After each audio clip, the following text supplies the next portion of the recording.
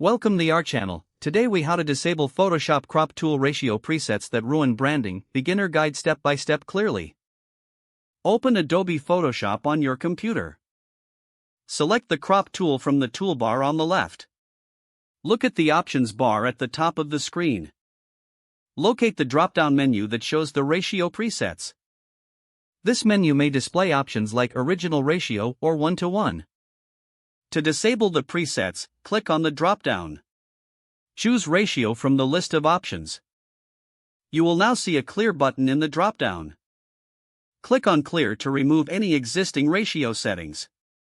Now you can manually enter your desired custom dimensions. Type in specific values for width and height as needed. For example, enter 1924 width and 1084 height.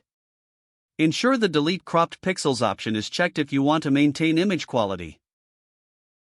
You can adjust the crop box freely without any preset restrictions.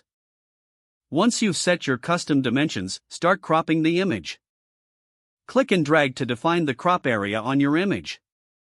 Adjust the corners or sides as necessary. When satisfied with the crop, press the Enter key to apply. Your image should now reflect your desired crop without enforced ratios. You've successfully disabled the crop tool ratio presets.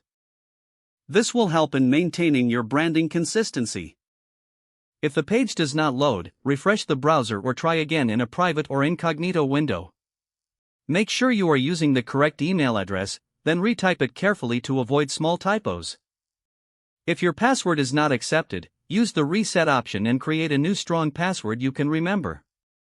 Check your spam folder for verification or security emails, then complete any requested confirmation steps.